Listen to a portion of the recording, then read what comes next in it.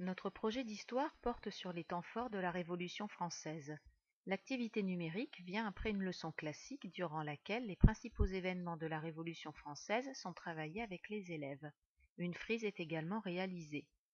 À l'issue de cette première partie, les élèves par binôme sont invités à choisir 6 temps forts de la période révolutionnaire. L'outil numérique utilisé est Cube Creator. C'est un outil en ligne gratuit qui se présente sous la forme d'un cube virtuel. L'outil est en anglais, mais il est très intuitif et permet une prise en main rapide. Dans un premier temps, en salle informatique, les élèves rédigent les 3 questions et les 3 réponses qu'ils ont choisies. Alors, on a pris Louis XVI exécuté. Donc on met quoi? Pourquoi? Pourquoi Louis XVI a été exécuté? Il ne faut pas qu'ils savent qu'on parle de la prise de la Bastille parce que sinon ils vont direct trouver raison. C'est Fait attaquer par les... c'est fait prise, je sais pas. Attends. Ou on peut mettre tout simplement elle. Comme ça on sait pas qui c'est, mais on sait. Mais non, après c'est trop compliqué. Que s'est-il passé? La date, la prochaine. Date de la monarchie absolue. Monarchie absolue. Désolé de te dire ça, c'est en 1789. Monarchie constitutionnelle, c'est 1787. Ouais. D'accord. Ouais. Oui. Il y a des petites fautes d'orthographe. Il va falloir revoir la formulation. Hein. D'accord. Vous essayez de corriger vos fautes. D'accord. Lorsque les cubes sont terminés, les groupes se déplacent pour compléter les cubes de leurs camarades.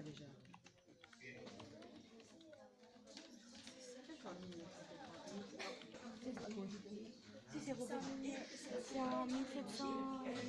Tu sais que... C'est en 1700... C'est pas en 1780... Ah, j'ai un trou. Alors, qu'est-ce qui vous a plu dans cette activité? Parlez bien fort. Hein. En groupe, le travail en groupe. Sur l'ordinateur, on réfléchit par deux. C'est plus motivant que ce soit sur ordinateur. D'accord. C'est une autre façon de travailler. Est-ce que dans cette application, il y a des choses il y a des limites, il y a des choses que vous trouvez qui pourraient être améliorées? Alors, un peu plus de caractère pour les questions, parce que des fois, c'est un peu court pour faire des questions. D'accord. Mais ouais, sinon, ça va. C'est pratique parce qu'on va plus vite. C'est plus rapide, ouais. Rapide et on retient mieux les éléments de la leçon. Alors vas-y, Kylian. On retient mieux les éléments de la leçon à deux. D'accord. C'est une activité qui simplifie la question. Donc il y a 3 phases où on pose des questions et 3 phases où il y a des réponses.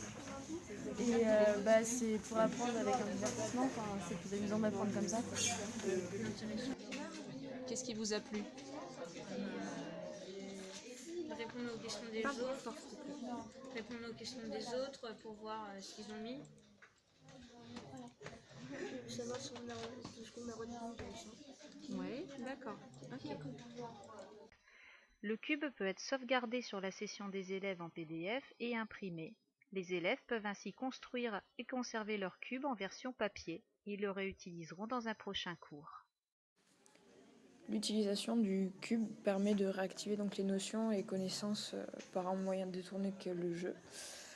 Dans un système éducatif où l'école est associée trop souvent à la notion d'effort, le travail des connaissances par le biais du jeu, qui lui est associé à la notion de plaisir, est un véritable apport pédagogique pour les élèves.